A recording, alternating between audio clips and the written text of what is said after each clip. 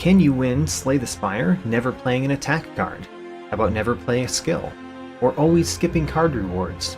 Or never upgrading cards? To date, I have live streamed 100 Slay the Spire challenge runs, self-imposed challenges that affect the entire run. This video is to highlight my best and favorite of those runs. The links are in the description. YouTubers say that a lot, I say that a lot, but for this video, the links in the description matter more than most. Whenever I'm talking about something in this video, there will be a giant number in the top left corner. Those correspond to the links in the description. Furthermore, those links have time codes in them. Instead of linking you to the beginning of a live stream, they link you directly to the beginning of the run or moment that I'm talking about. Mostly, these links are pulling directly from my tracking sheet, which lists all of the Slay the Spire challenge runs with links to each one. Unsurprisingly, there's a link to that tracking sheet in the description. My Pacifist challenge requires quotes. I'm never allowed to play an attack card. That makes floor 1, which always has an enemy, difficult. My personal best is with the Watcher on Ascension 4, in which I got a pressure points as my floor 0 blessing. I quickly found another pressure points and a toxic egg. This led to the question, where are the pressure points of a beating heart?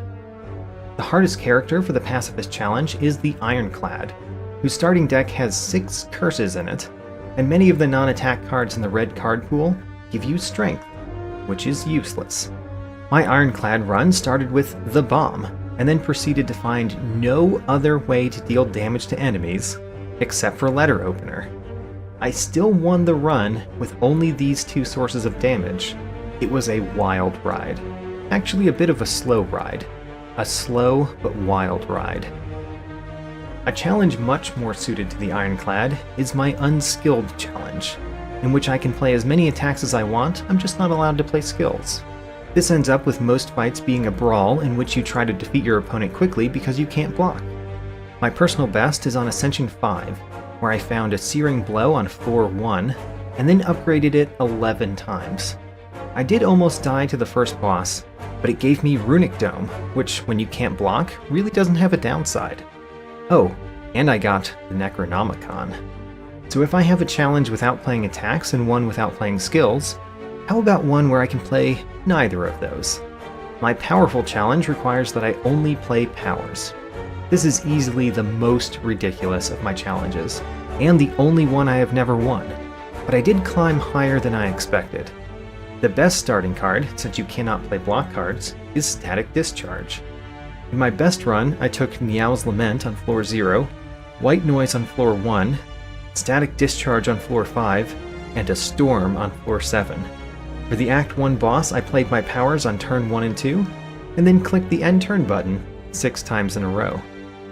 Many game critics, when reviewing Slay the Spire, said that the core interesting aspect of the game was this screen, where you are choosing one of 3 cards to add to your deck. So what if we just skip that screen entirely? In my Card Skipper challenge, I am not allowed to take card rewards from battles. My personal best is Ascension 5 with the Watcher. In this challenge, the only ways you can add cards to your deck is through shops, events, and relics. Naturally, even in my best run for this category, I picked up Prayer Wheel, because that's how Fate likes to play with people. In Slay the Spire, there are 4 rarities of cards: Starter, Common, Uncommon, and Rare. The Common Sense challenge limits us to only the Starter and Common cards. There's an in-game achievement for this, and it is a great challenge run. My personal best is with the Defect on Ascension 6, in which I built a deck that heavily relied on Ball Lightning and Cold Snap to populate orbs with Compile Driver to draw cards.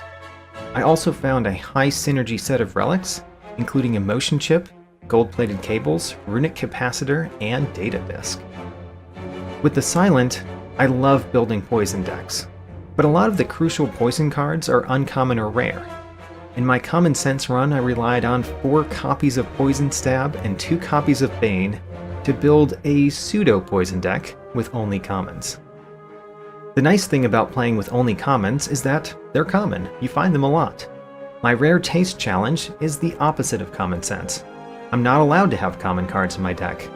My personal best for this is with the Defect on Ascension 4. I started with Vision and quickly found a Tempest to combo with it, and it just got better. I was full health at the end of the run. So I've done no uncommons nor rares, and I've done no commons. What if we combine these two together and try winning Slay the Spire with only starter cards? That's my So Basic challenge. And when I started, I wasn't sure whether I would be ever able to win the challenge, or simply get really close. But I did, on my first run with the defect on Ascension 1. I cannot say that the deck was good, because it was terrible. It only had starter cards. However, if you are going to watch one thing linked from this video, watch this battle, in which I earned both the Infinity and Neon achievements with this as my deck. And I'll pause here while I let that sink in. My second best with the So Basic challenge was with the Silent. I got a Singing Bowl early, which made battle rewards, which I had to skip, actually useful. And then I got Toolbox, Ninja Scroll, Enchiridion, and Bag of Preparation. Along with my Ring of the Snake, that meant that I would be getting 12 cards on my first turn, if only there wasn't a hand limit of 10. And I was often able to play 8 or 9 of them. My next challenge is the Skinny Deck Challenge, in which my deck has a max size of 12 cards, which at first might not sound so bad, especially when I just covered this So Basic challenge. But remember, it isn't 12 cards at the end of the run, it is a max throughout the entire run. My best is with the Watcher on Ascension 6, in which I built a Conjure Blade deck. I love the concept of the Conjure Blade card, but it usually doesn't work out, so it is a real treat when it does, especially in the midst of a challenge run. As a bonus, I got a Prismatic Shard, and it helped, and not in the way you might imagine. The opposite of the Skinny Deck Challenge is the Fat Deck Challenge. In this one, I can't remove any cards, and I have to take a card every time I am able. That includes events and shops. This is what it looks like when you enter a shop. There are a lot of cards available, and you have to buy them until you can no longer afford to buy cards. If you want a Relic, you have to buy all of the cards first. My best is with the Watcher on Ascension 7, in which I ended up with a 61 card deck. My Retrograde challenge requires that I never play an upgraded card. My personal best is with the Silent on Ascension 6. In this run, I did have to skip a Frozen Egg during the run, but I had some really nice combos with Tough Bandages, such as Gambling Chip and Storm of Steel. My personal record for my Automaton challenge is appropriately held by the Defect on Ascension 3. This is a less common variety of challenge in which my limitation is not in how I build the deck, but in how I play it. I must play cards from my hand left to right. In this run, I found myself leaning into zero-cost cards because they could be played no matter where they appeared in my hand, and made card draw effects, which are ruined by the rules of this challenge, actually useful again. That deck worked really well after I picked up an Unceasing Top. Another challenge that limits how I play my deck is my Post-emptive challenge, in which I always skip the first turn, effectively making it so that the enemy always acts first. My personal record is with the Defect on Ascension 5. I picked up a Runic Pyramid, which works well in this challenge, giving a full hand of cards on the first turn that I'm allowed to play them. I leaned heavily into Recycle, which counteracts one of the downsides of Runic Pyramid, and it worked well with expensive cards like Meteor Strike and Tempest.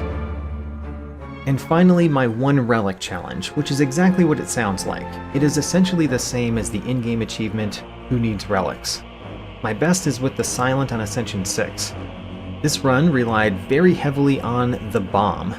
With this deck, I had incredible ability to avoid damage, and very little ability to deal damage. My epic battle against the Awakened One, who healed himself about as quickly as I hurt him, took 27 turns.